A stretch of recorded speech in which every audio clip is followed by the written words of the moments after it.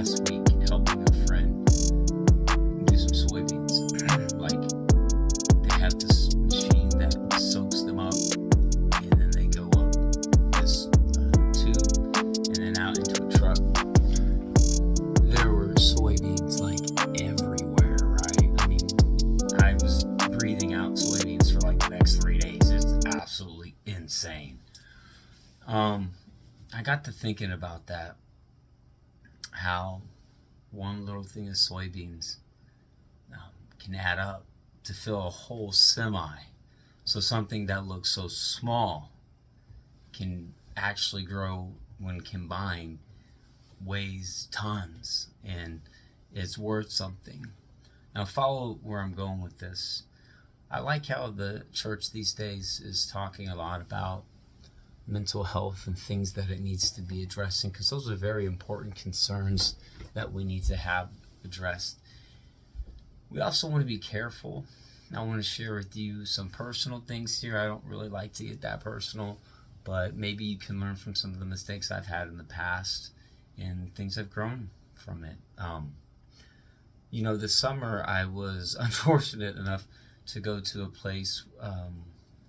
My significant other at the time wanted me to get an assessment. And that's different than an evaluation. And I met this lady, and she seemed nice. Couldn't have been more than 19, 20 years old. We had a pleasant conversation for like 2 hours. And, at the end, she was like, you can go. She's very polite, tatted up. And I signed a release thing and said, okay, cool, whatever. This is so that my significant other can look at the notes, and I hope it was recorded. I think a couple days later, I was coming back from work. I was staying at the pastor's house at the time, and I got this phone call from her, and she was very accusatory, very harsh, very much like, why are you lying to people? Now put yourself in my shoes. I'd been away from the family, staying at the house that's not my own, worked a long day, and I'm like, what? I have no idea what you're talking about. I really have no clue what the heck you're talking about. And she was more than happy to email me this thing, and I was quite simply like floored, and thus became what I would eventually call the season of crying. We're in December, and I've spent so much time crying this year. But going to the psych ward place, this lady railroaded me. This is absolutely one of the craziest things I've ever gone through my entire life. When you read through what was written, there are contradictions within the work in itself. One page says patient says his problems are, with his marriage and kids, whatnot. Very next page says something about patient is unaware of his problems. One page says patient is a Christian, so doesn't believe in suicide or something, or goes to just stuff that I think that's more of a Roman Catholic thing. Suspect says I'm rich. Like, lady, we were joking around. I'm not like rich. And so I just was flabbergasted. And so my advice would be, subsequently, what I learned from my real therapist, who was a PhD and actually gives real psychological assessments, was you don't go to psych wards to get tested for those things, because they say everyone's crazy, and they basically run your insurance, and they know they can keep you or whatever.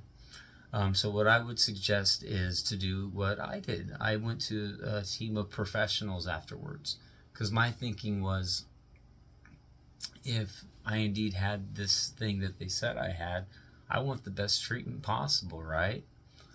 And dear Lord, I took hours upon hours of tests. And if you've done this, you know what I'm talking about. The Amen test, CHAD, ADHD, bipolar, over and over and over and over. I mean, it was the most professional thing. And then they interview you. And I got like this several page thing in return that said, yeah, you have, maybe ADD or whatever, definitely not bipolar. And so I learned from that. experience. So it's good that the church is paying attention to these mental health things, but we also need to make sure that we refer people to the right places that give the right treatment for them.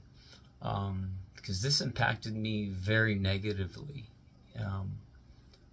To this day, it really impacted me. And yeah, so I think that we just need to, work with our healthcare providers, and understand that if we need to have people in the church that need to get tested for various things, let's not send them to a psych ward. Let's send them to PhDs and doctors.